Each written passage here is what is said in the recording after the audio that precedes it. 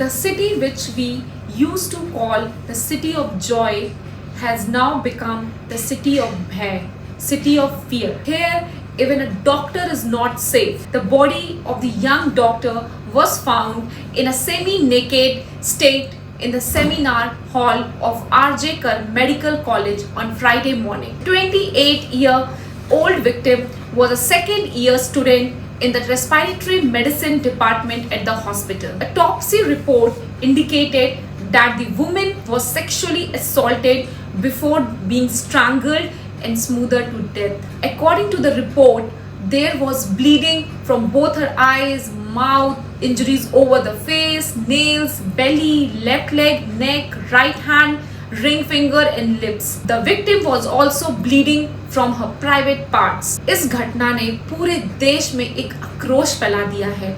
Several doctors and students at various state-run hospitals, including the R.J. Kar Medical Hospitals, had massive protests and sit-ins over the incident. On Saturday, the Indian Medical Association issued a strong statement demanding the immediate action in the case and warned of nationwide protests if the demands are not met within 48 hours. This issue points finger on many major issues like no CCTV footage coverage in sensitive areas, no proper restrooms for on-call doctors, no screening for outsiders entering at night.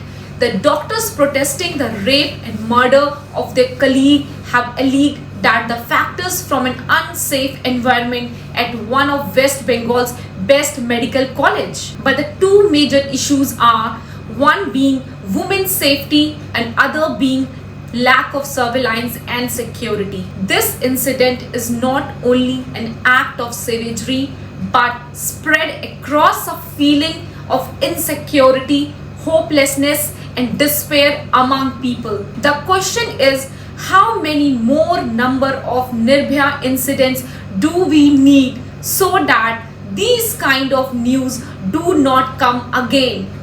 This is no less Nirbhaya Delhi. Some leaders said then that a girl should not go out on the road at night.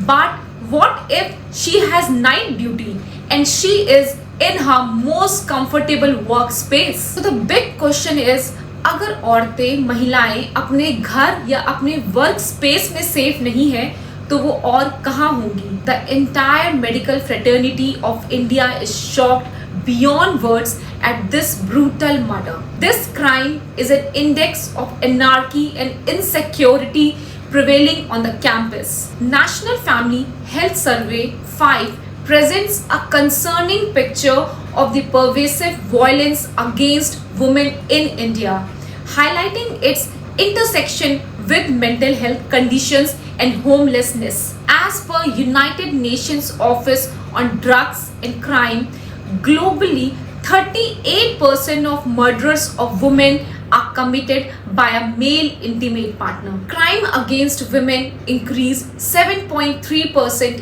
from 2018 to 2019, says the annual National Crime Record Bureau Crimes in India 2019 report. Majority of cases crime against women under IPC were registered under cruelty by husband or his relatives, that is 30.9%, followed by assault on women with intent to outrage her modesty, that is 21.8%, kidnapping and abduction of women 17.9%, and rape is 7.9%. We reported the highest number of crimes against women, that is 59,853, accounting for 14.7% of such cases across the country. The problem of underestimation of the gender-based crime is compounded by failure of the justice system of the country in securing conviction. As per WHO, less than 40% of women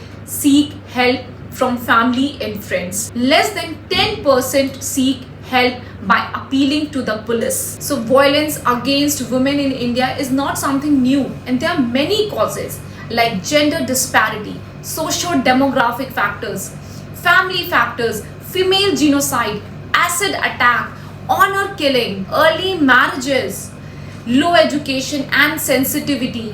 So men are more likely to perpetrate violence if they have low education. A history of child maltreatment, exposure to domestic violence against their mothers, harmful use of alcohol, unequal gender norms including attitudes, accepting of violence etc. तो ये जो problem है ना gender based violence की, ये India में ना बहुत डीपली रन करती है. The rape is just one facet of the multitude of problems that reflect the gender discrimination scenario. They start with the practice of sex selective abortion, infanticide, continue through adolescent and adult life with high levels of female infant mortality, child marriage, teenage pregnancy, lesser wages for women, unsafe workplaces, domestic violence, maternal mortality, sexual assault and neglect of elderly women.